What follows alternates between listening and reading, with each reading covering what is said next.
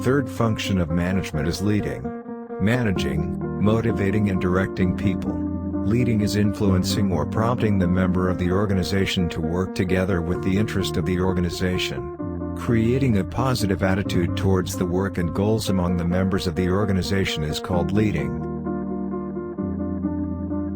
It helps to reach objective of effectiveness and efficiency by changing the behavior of the employees.